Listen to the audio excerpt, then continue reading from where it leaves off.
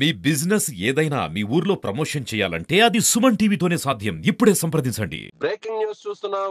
మాచర్ల మాజీ ఎమ్మెల్యే పిన్నెల్లి రామకృష్ణారెడ్డిని జైలుకు తరలించిన పోలీసులు. పిన్నెల్లి రామకృష్ణారెడ్డికి 14 రోజుల రిమాండ్ విధించిన న్యాయమూర్తి. కోర్టుకు హాజరయ్యే ముందు మారని మాజీ ఎమ్మెల్యే పిన్నెల్లి రామకృష్ణారెడ్డి తీరు. టీడీపీ కార్యకర్తపై పోలీసుల ముందే చెయ్యి చేసుకున్న మాజీ ఎమ్మెల్యే పిన్నెల్లి రామకృష్ణారెడ్డి. మాచర్లలో జరిగినటువంటి ఘర్షణల విషయం అందరికీ తెలిసిందే. పోలింగ్ సమయంలో మాచర్లలోని ఒక పోలింగ్ స్టేషన్ లోకి వెళ్లి మాజీ ఎమ్మెల్యే పిన్నెల్లి రామకృష్ణారెడ్డి అక్కడ ఈవీఎం ను ధ్వంసం చేసినటువంటి విషయం తెలిసిందే.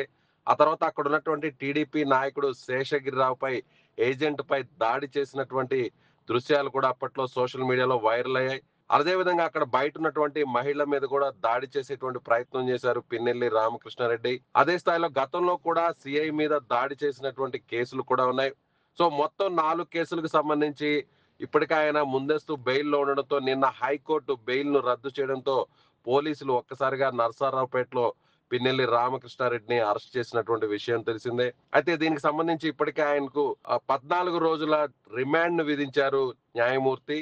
నిన్న నేరుగా మాచర్లకు తీసుకొచ్చినటువంటి పోలీసు అధికారులు ముందుగా అక్కడ హాస్పిటల్లో ఆయనకు వైద్య పరీక్షలను చేయించారు. ఆ తర్వాత అక్కడి నుంచి నేరుగా అర్ధరాత్రి 12 గంటల సమయంలో న్యాయమూర్తి ముందు హాజరుపరిచారు. ఆ తర్వాత న్యాయమూర్తి ఆయనకు 2 కేసుల్లో బెయిల్ ఇచ్చినప్పటికీ మరో 2 కేసుల్లో మాత్రం 14 రోజుల రిమాండ్ విధించారు. అయితే కోర్టుకు వెళ్ళేటువంటి క్రమంలో ఒక్కసారిగా కార్యకర్తలందరూ కూడా అక్కడికి రావడం జరిగింది. పిన్నెల్లి రామకృష్ణారెడ్డిని చూడడానికి వైసీపీ కార్యకర్తలు, వారితో పాటుగా తెలుగుదేశం పార్టీ కార్యకర్త కూడా అక్కడ ఉండడంతో ఒక్కసారిగా అతను చూసినటువంటి పిన్నెల్లి రామకృష్ణారెడ్డి అతనిపై చేయి చేసుకున్నటువంటి దృశ్యాలు ఇప్పుడు ప్రస్తుతం మనకు చూస్తూ ఉన్నాం.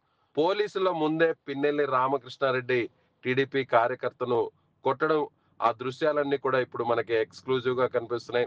సో ఇప్పటికీ కూడా పిన్నెల్లి రామకృష్ణారెడ్డి తీరు మారలేదంటూ కూడా సోషల్ మీడియాలోను అలాగే తెలుగుదేశం పార్టీ నాయకులందరూ కార్యకర్తలందరూ కూడా చెప్తున్నటువంటి పరిస్థితి. సో ఇప్పుడు పిన్నెల్లి రామకృష్ణారెడ్డి టీడీపీ కార్యకర్తపై దాడి చేసినటువంటి దృశ్యాలు ఇప్పుడు ప్రస్తుతం కనిపిస్తున్నాయి. కోర్టుకు తీసుకెళ్లేటువంటి క్రమంలో పోలీసుల ముందే ఆయన ఈ విధంగా వ్యవహరించడం ప్రస్తుతం అందరూ కూడా చర్చించుకుంటున్నారు.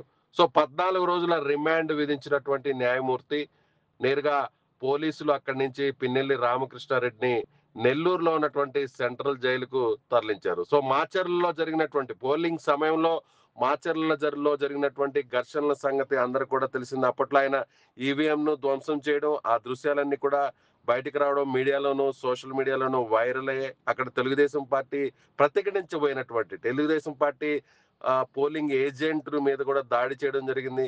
సో ఈ కేసులన్నీ కూడా ఒక్కసారిగా చుట్టుముట్టాయి.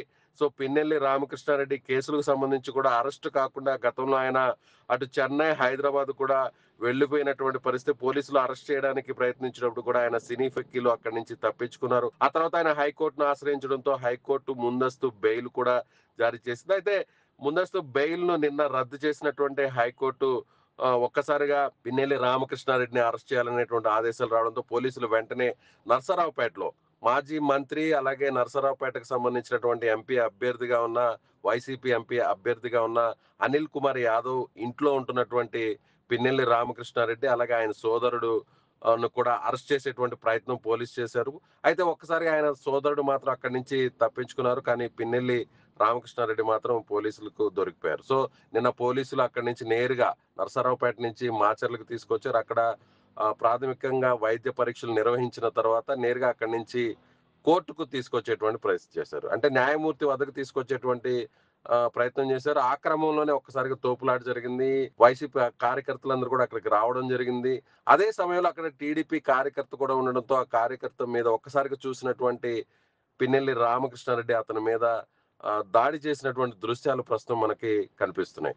పిన్నెల్లి రామకృష్ణారెడ్డిని పోలీసులు అరెస్ట్ చేయడం, ఆ తర్వాత జైలుకు తరలించడంతో అక్కడ ఒక్కసారిగా తెలుగుదేశం పార్టీకి సంబంధించిన నాయకులు అలాగే పిన్నెల్లి రామకృష్ణారెడ్డి ప్రత్యర్థులు బాణాసంచా కాల్చినటువంటి దృశ్యాలు కూడా ప్రస్తుతం అక్కడ కనిపిస్తున్నాయి. సో మాచర్ల గతంలో జరిగినటువంటి ఎన్నికలు, ఇటీవల జరిగినటువంటి ఎన్నికల్లో కూడా మాచర్లలో జరిగినటువంటి దమనకాండ మనం చూసినటువంటి పరిస్థితి చాలా స్పష్టంగా చెప్పవచ్చు. అయితే మొత్తానికి 4 సార్లు ఎమ్మెల్యేగా గెలిచినటువంటి మాజీ ఎమ్మెల్యే వైసీపీ మాచర్ల అభ్యర్థి పిన్నెల్లి రామకృష్ణారెడ్డి ఎట్టకేలకు అరెస్ట్ అయ్యారు. ఆ తర్వాత ఆయనకు జైలుకు రిమాండ్ కు వెళ్ళినటువంటి పరిస్థితి.